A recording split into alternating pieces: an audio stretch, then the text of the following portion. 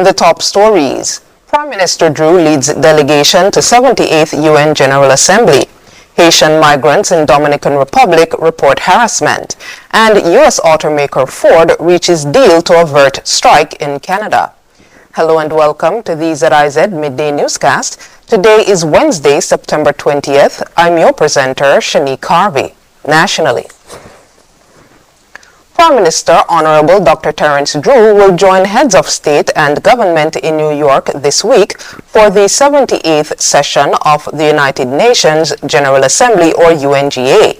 This year's session, spanning from September 18th to 26th, has been described as a crucial juncture in the pursuit of the 2030 agenda. Prime Minister Drew is slated to address the Global Assembly on Saturday, delivering St. Kitts and Nevis' national statement. He will also present statements in his capacity as the CARICOM quasi-leader for health in two high-level meetings, focusing on universal health coverage and tuberculosis.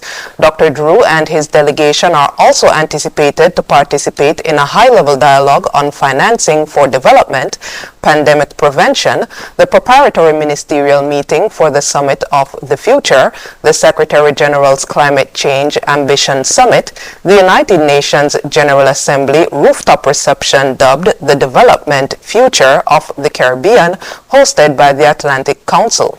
The delegation is also scheduled for meetings with representatives from South Korea, Equatorial Guinea, and Zimbabwe, and a breakfast meeting hosted by the Antigua Friends of Vision. Prime Minister Drew and the delegation will also engage with members of the diaspora at two significant events commemorating the 40th anniversary of independence for the Federation of St. Kitts and Nevis. On Friday, the Prime Minister will host the 40th anniversary of Independence Gala and cultural extravaganza organized by the Permanent Mission of St. Kitts and Nevis to the United Nations at the Villa Baron Manor in the Bronx. And on Sunday, the delegation will attend the annual church ceremony in honor of St. Kitts and Nevis's Independence Day. The police have arrested and charged 21-year-old Danny Blake and 22-year-old Elvis Blake, both of New Pond site St. Kitts, for the murder of Kevon Smitten of New Road. Both men were charged on September 18, 2023, at the Bastille Police Station. The offense was committed on September 11, 2023, where Mr. Smitten was stabbed multiple times by two armed assailants while working at a gas station. He died on the scene. Attorney General and Minister of Justice and Legal Affairs Honorable Garth Wilkin has announced a new art competition to begin in the coming weeks. He made the revelation during his presentation at the sitting of the National Assembly on Monday. I wish to alert all artists, architects and other creatives that the Ministry of Justice and Legal Affairs has decided to create a public competition for a chance to win $20,000 EC to design the aesthetics of the new ministry headquarters to be built in 2024 on Bay Road, Bastille. Design should reflect the historical architecture of Bastille combined with modern, smart, contemporary design elements. More details will be released on the competition shortly. Regional news is next after this break. When hurricane season strikes, businesses need a partner who's ready to go the extra mile. One who understands the challenges and has experience to mitigate the risks. Trust C&W Business, your safety net in the eye of the storm. Our comprehensive disaster recovery strategies empower businesses to protect critical assets, keep communication channels open, and help operations recover quickly, ensuring the safety and continuity of your business. With C&W Business, a safe business is an open business.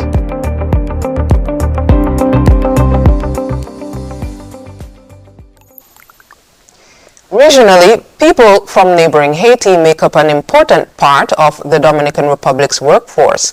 But last year, the Dominican Republic deported more than 170,000 of them. And now, with tensions over a new canal on a shared river, Haitian migrants are reporting harassment from security forces. Al Jazeera's John Holman has more. The Dominican army tends to come in the night, Tatiana tells me, looking for Haitian migrants like herself. They knock, and if you don't open, they break down the door. And if they see things like the cell phone, they just take it.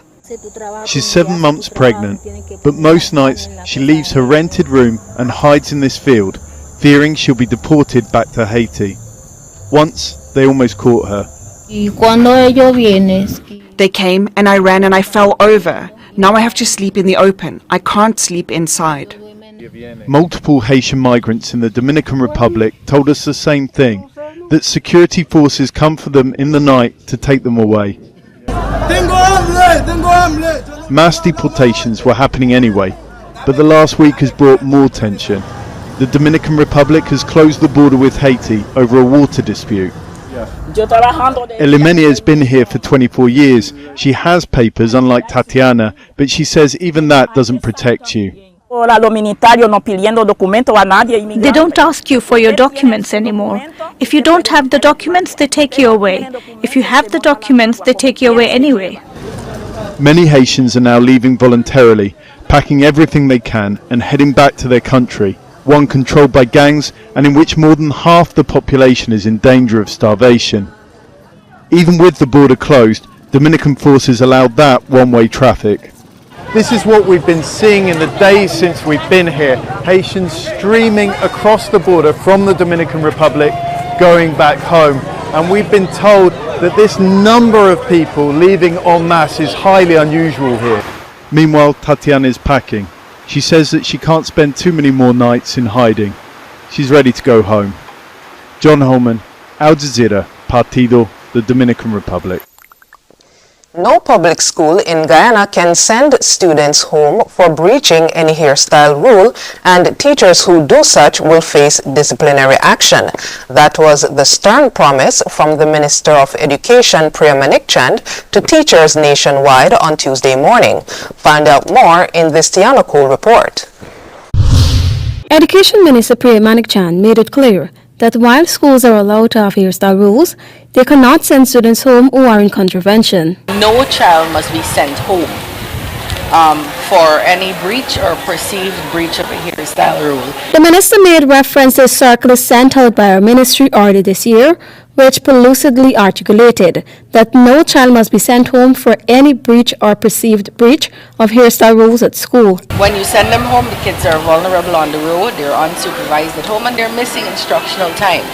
And we hold firmly to that. Manikchand made it clear that any teacher who violates the circular will face disciplinary proceedings. The teacher would be called upon to show cause why they should not be disciplined in accordance with the rules of the Teaching Service Commission. The statement by the minister comes hours after an angry parent relayed on social media that her child who attends the South Rheinfeld Secondary School was sent home because of her hairstyle. Earlier this year, the minister rolled out a new hairstyle policy for school children, following several rounds of consultations with parents, teachers, and stakeholders.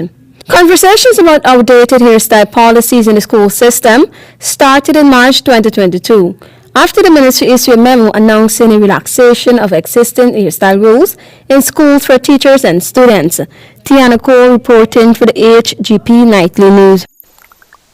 Internationally, U.S. automobile manufacturer Ford avoids Canada walkout as United Auto Workers Union prepares for more U.S. strikes against the Detroit 3 automakers. More in this Reuters report.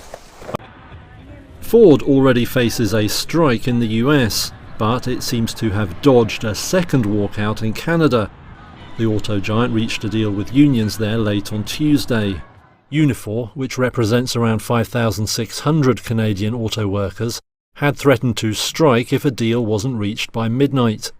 But talks went on past the deadline and agreement was found. Unifor said it had leveraged the threat of a walkout.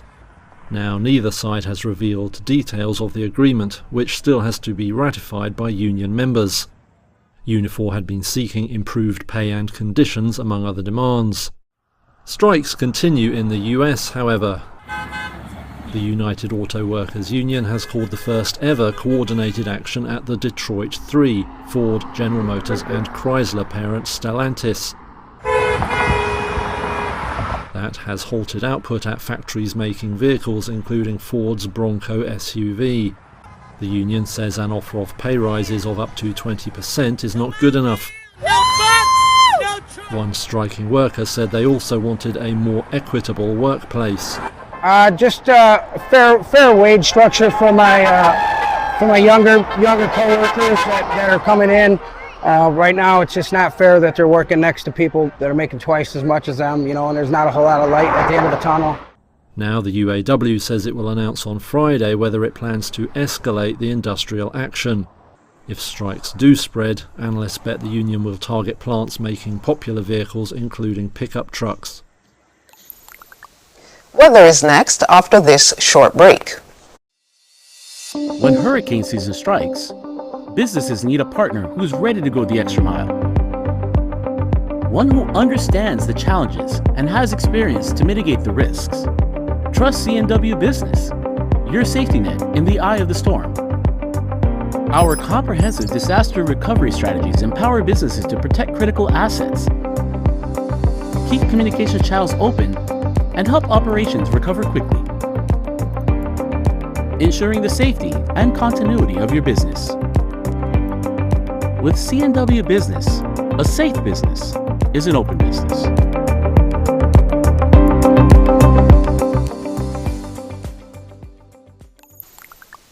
And now for the weather. Present weather is partly cloudy skies. Temperature is 32 degrees Celsius or 90 degrees Fahrenheit. Winds are a gentle breeze of 10 miles per hour from the northeast. Seas are 1.2 to 1.5 meters or 4 to 5 feet. Weather forecast in St. Kitts and Nevis for today will be partly cloudy with a 40% or a moderate chance of showers. Tonight will be partly cloudy with a 60% or a moderate chance of showers and a 30% or slight chance of thunderstorms. Sunset today will be at 6:09 p.m. and sunrise tomorrow will be at 6:01 a.m. We'll be right back after this. When hurricane season strikes, businesses need a partner who's ready to go the extra mile. One who understands the challenges and has experience to mitigate the risks. Trust CNW Business, your safety net in the eye of the storm. Our comprehensive disaster recovery strategies empower businesses to protect critical assets, keep communication channels open, and help operations recover quickly, ensuring the safety and continuity of your business. With CNW Business, a safe business is an open business.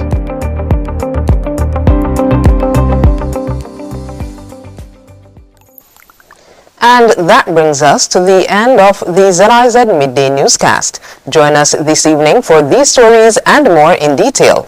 Thank you for tuning in. I'm your presenter, Shanique Harvey.